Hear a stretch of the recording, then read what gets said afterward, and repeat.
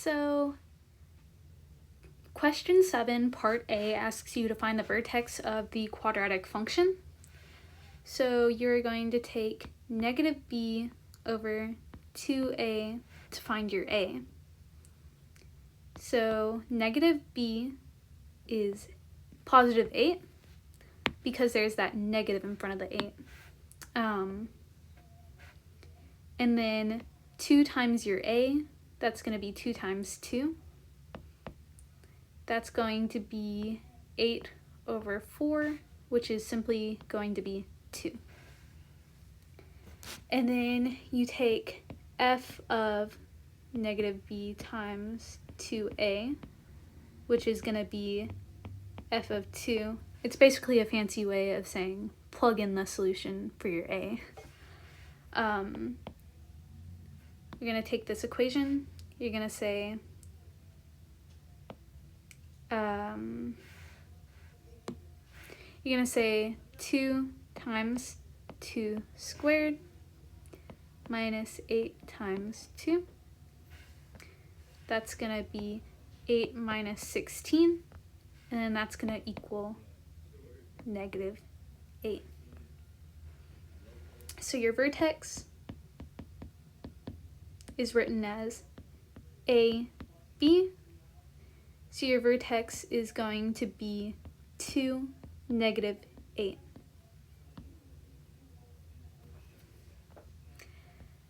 Next, it's asking you to graph the quadratic function. So you already know where your vertex is. Your vertex is at 2, negative 8, so you can already graph that down. 2, negative 8. The next thing you need to find is your x and y intercepts. So to find your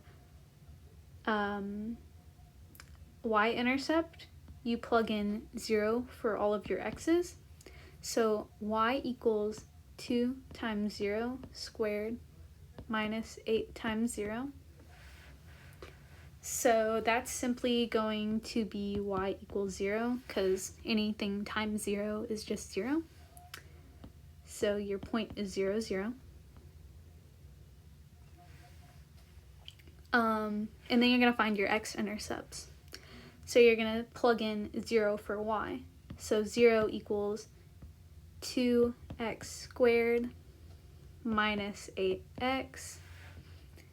That's going to break down into 0 equals x times 2 minus 8. 2x minus 8. I'm going to say 0 equals x, and then you're going to say 0 equals 2x minus 8. You're going to add your 8. And then you have 8 equals 2x. Divide by 2. X equals 4. So you have another point at 0, 0, and 4, 0. And then since you already have a point at 0, 0, you don't really need to put it there. It's just over here. And then you connect your lines, or connect your dots. Make your bottom a bit more shaped like a U, because I don't want them to get that accidentally mixed up with a absolute value equation. It should look more like this, not like this. But that's my bad. I'm not an artist.